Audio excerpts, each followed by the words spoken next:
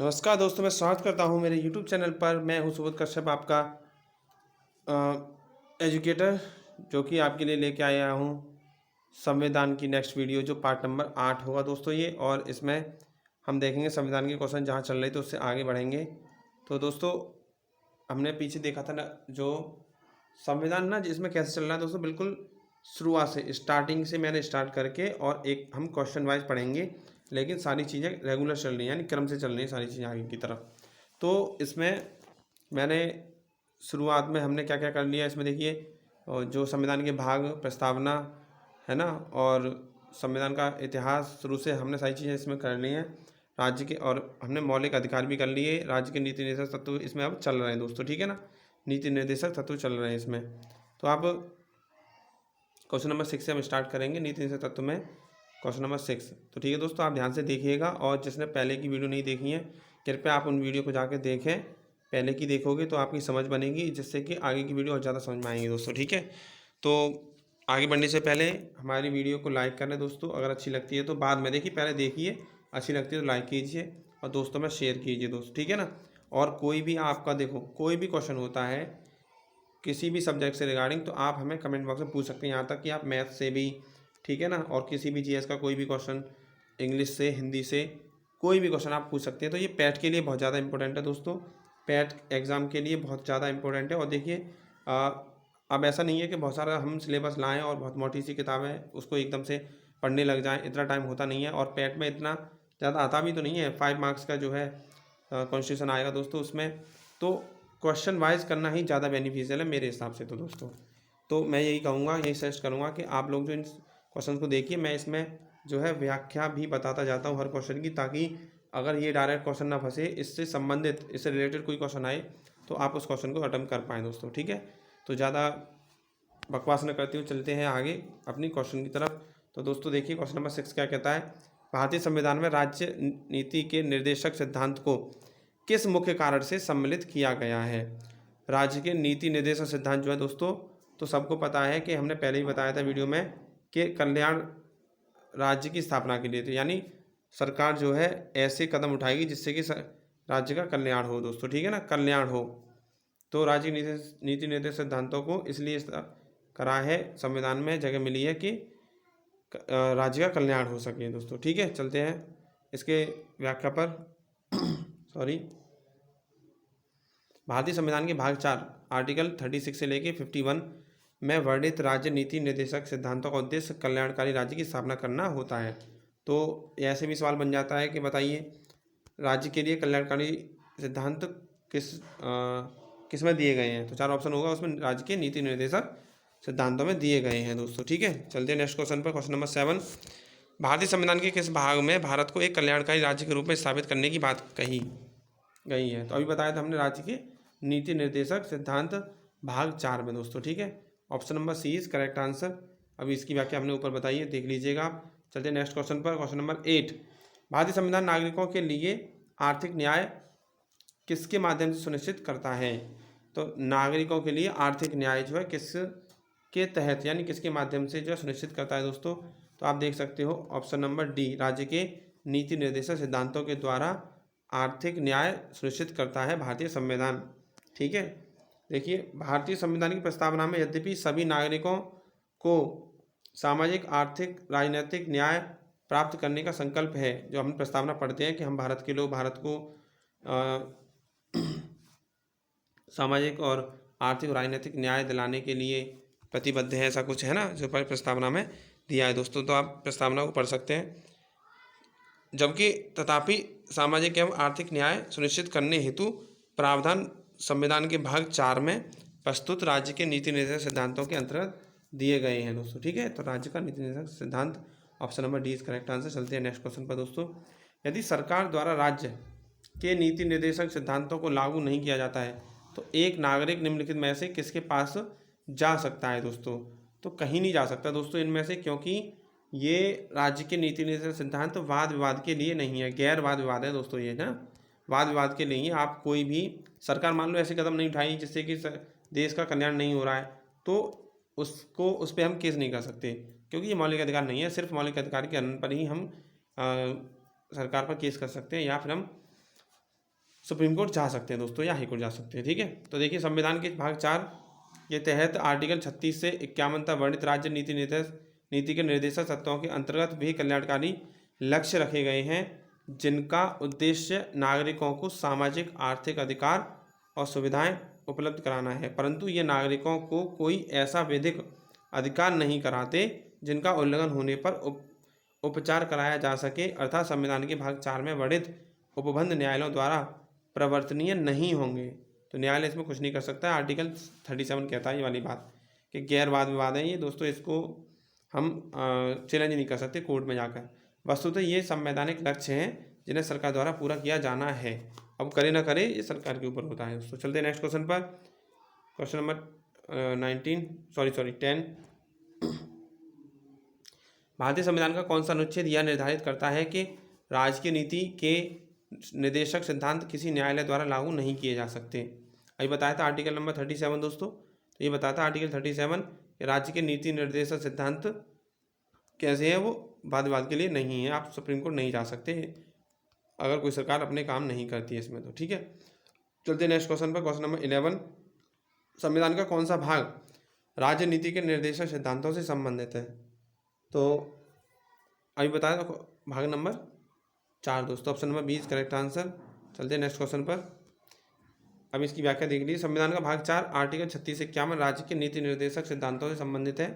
भाग 1 संघ और उसके राज्य क्षेत्र, भाग 2 नागरिकता और भाग 3 मूल अधिकारों से संबंधित है। भाग 4 राज्य के नीति निर्देशक सिद्धांतों से संबंधित है। दोस्तों एक एक भाग जो बताया गया है इसमें देखिए, आर्टिकल बताया गया है, ये सारी चीज़ें इंपॉर्टेंट है, पेपर में कैसे भी क्वेश्चन बन सकता है, आप बहुत ध्यान से देखिएगा।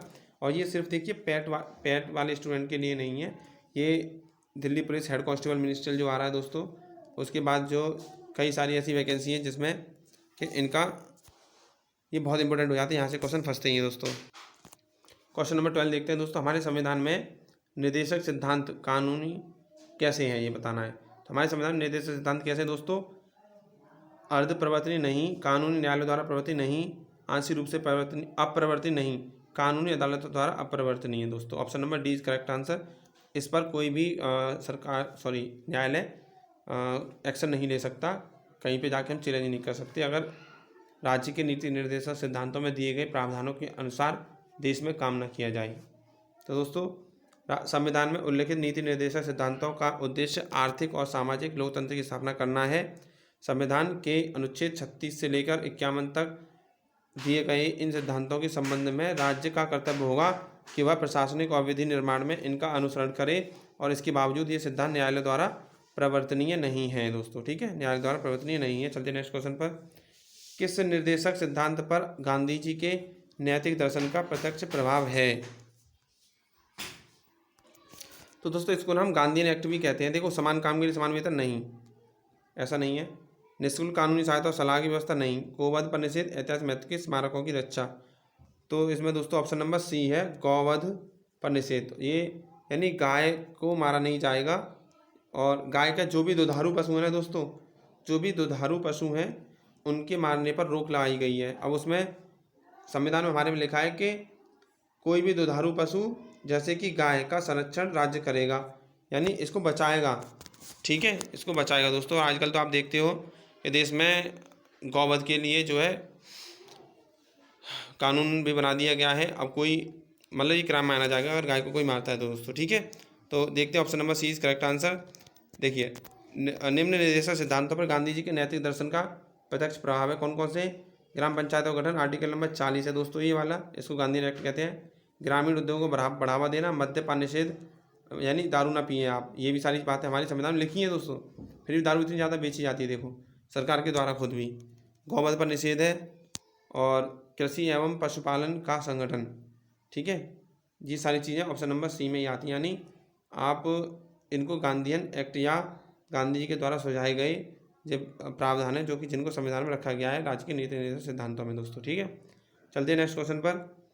ग्राम राज्य के माध्यम से राम राज्य के बारे में किसने कहा था?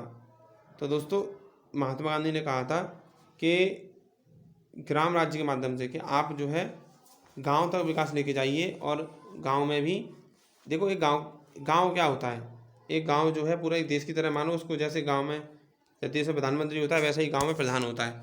तो गांधी जी ने बोला था कि गाँव को डेवलप करो तो पूरा देश भी डेवलप हो जाएगा। इसलिए ग्राम राज्य के माध्यम से राम राज्य के बारे में गांधी जी ने कहा था दोस्तों। ठीक है, राष्ट्रपिता महात्मा गांधी ने ग्राम राज्य के माध्यम से राम राज्य लाने की संकल्पना प्रस्तुत की थी और गांधी जी ग्राम स्वराज व ग्रामीण अर्थव्यवस्था के उन्नयन के समर्थक थे दोस्तों। वो चाहते थे ग्रामीण राज और स्वराज आगे बढ़े दोस्तों। ठीक है, चलते नेक्स्ट क्वेश्चन पर। निम्नलिखित नीति निर्देशक सिद्धांतों में से वह सिद्धांत कौन सा है जिसे गांधीवादी सिद्धांत कहा जाता है? तो श्रमिकों और बच्चों का संरक्षण, ऑप्शन नंबर 1। स्वशासन के प्रभावी एकलों के रूप में ग्राम पंचायतों का गठन, दोस्तों यही है B, option number B is correct answer.